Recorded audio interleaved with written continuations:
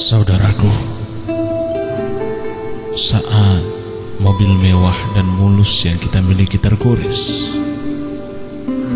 goresannya bagaikan menyayat hati kita.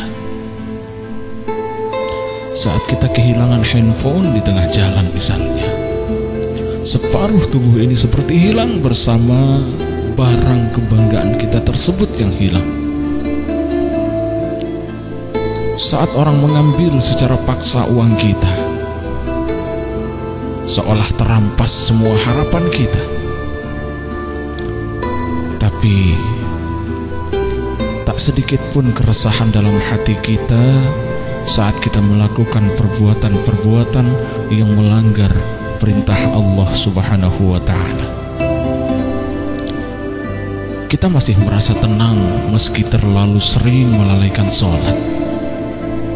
Kita masih berdiri tegak dan sombong meski tak sedikit pun infak dan sedekah tersisihkan dari harta kita.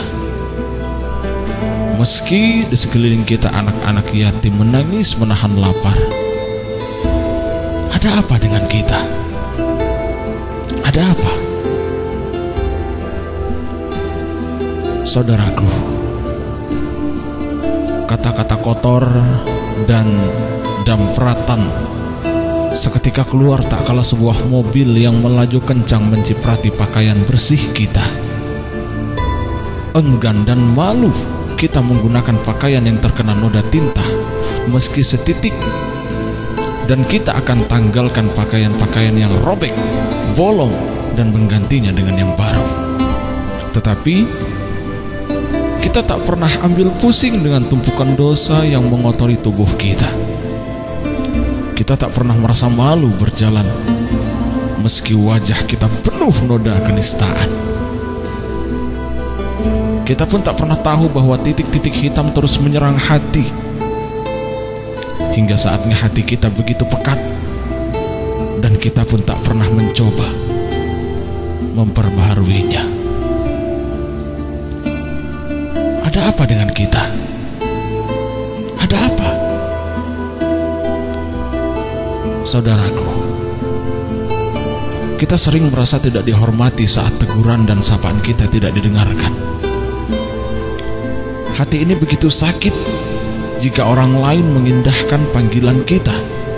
Terkadang kita kecewa saat orang lain tidak mengenali kita, meski kita seorang pejabat misalkan, pengusaha, kepala sekolah, kepala pemerintahan, tokoh masyarakat, bahkan orang terpandang. Kita sangat khawatir kalau orang membenci kita, dan berat rasanya saat orang-orang meninggalkan kita.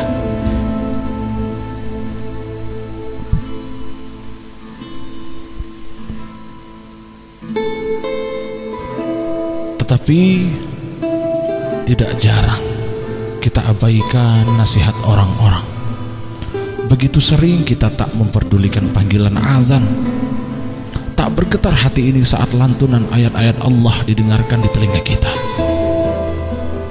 Dengan segala kealfaan dan kekhilafan, kita tak pernah takut jika Allah yang maha menguasai segalanya membenci kita dan memalingkan wajahnya. Kita pun bahkan tak pernah mau tahu ketika baginda Rasulullah mengenali kita atau tidak. Bayangkan ketika Rasul tidak mengenal kita di padang mahsyar nanti. Di padang mahsyar Rasul tidak menganggap kita, tidak mengenal kita. Dan bahkan sekarang kita tak peduli melihat diri ini jauh dari kumpulan orang-orang yang soleh dan beriman. Kita terkadang merasa diri kita paling benar. Kita terkadang merasa diri kita yang paling mulia di antara orang lain. Kita punya harta, kita punya ilmu, memiliki banyak pengetahuan ketimbang orang-orang lain. Dan bahkan tak sedikit dari kita memandang remeh orang yang bahkan tidak memiliki pengetahuan, tidak memiliki ilmu, dan kita anggap beda.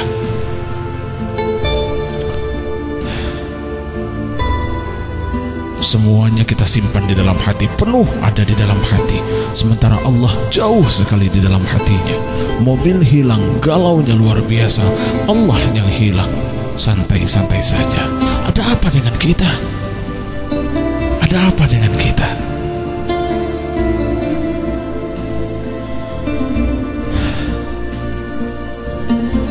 Rasanya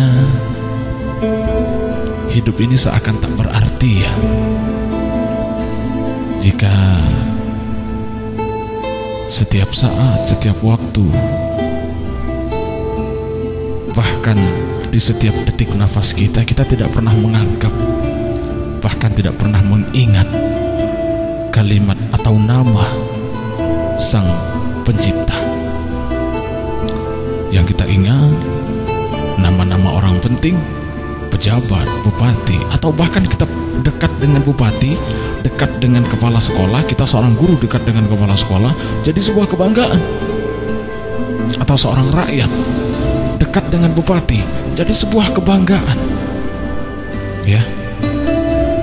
Seorang anggota dewan, dia yang paling dekat dengan presiden, jadi kebanggaan. Tapi sebagai seorang manusia, kita tidak pernah bangga, bahkan tidak pernah mau berusaha untuk menjadi manusia yang paling dekat dengan Allah. Ada apa dengan kita?